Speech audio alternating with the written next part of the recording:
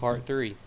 Suppose I want to see that window on my home screen that all the other calculators gave me, where I had my slope given to me, my y-intercept, it gave me an r value and an r squared value. I can still do that too, just like I did previously on the other calculators. Again, I need to open up an application window.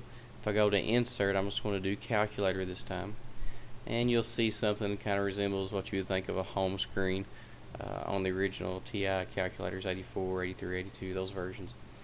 I want to do a linear regression.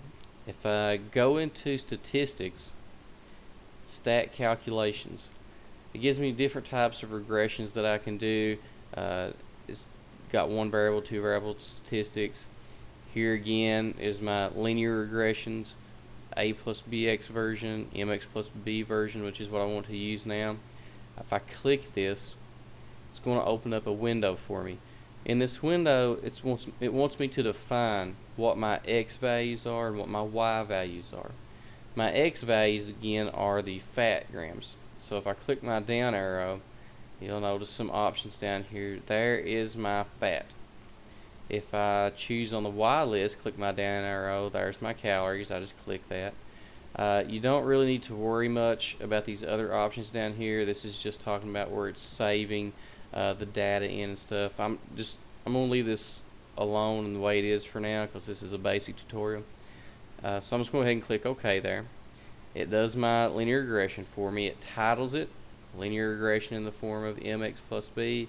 The regression equation is given to me in the form of mx plus b. Here's m. My slope is 11.7313. My y-intercept is 193.852. And then we have our r squared and our r. Now again, reviewing what those are, r is my correlation coefficient.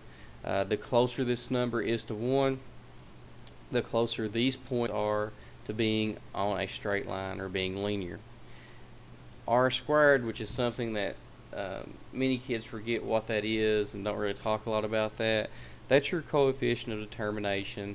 The closer this point or this number is to being 1, the closer this equation is to being a good estimate of future values.